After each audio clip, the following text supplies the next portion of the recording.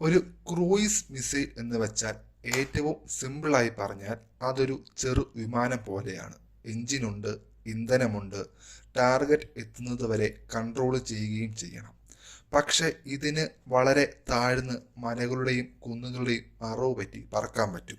ദാ ഇതുപോലെ ഭൂമിയോട് ചേർന്നായിരിക്കും ഇത് പോവുക. അതുകൊണ്ട് റഡാറിൽ കാണാൻ ബുദ്ധിമുട്ടാണ്. പക്ഷെ കണ്ടുപിടിച്ചാൽ വെടിവെച്ചിടാൻ എളുപ്പമാണ്. എഞ്ചിനും ഇന്ധനവും ഒക്കെ ഉള്ളതുകൊണ്ട് ഇതിന് ഒരുപാട് ദൂരമൊന്നും പോകാൻ സാധിക്കില്ല. വളരെ ഇമ്പോർട്ടൻ്റ് ആയിട്ടുള്ള ടാർഗറ്റിനെ പിൻ പോയിന്റ് ചെയ്ത് അടിക്കാൻ മാത്രമാണ് ക്രൂയിസ് മിസൈലിനെ പ്രധാനമായും ഇന്ന് ഉപയോഗിക്കുന്നത്. ഇതിൽ തന്നെ ഹൈപ്പർസോണിക് അഥവാ ശബ്ദത്തെക്കാളും വേഗത്തിൽ സഞ്ചരിക്കുന്ന ഹൈപ്പർസോണിക് മിസൈലുകളും ഇന്ന് ഒരുപാടുണ്ട്. ഹൈപ്പർസോണിക് മിസൈൽ പിന്നെ മിക്കവാറും വിമാനത്തിൽ നിന്നോ കപ്പലിൽ നിന്നോ കരയിൽ നിന്നോ ഒക്കെ തൊടുക്കാൻ സാധിക്കും.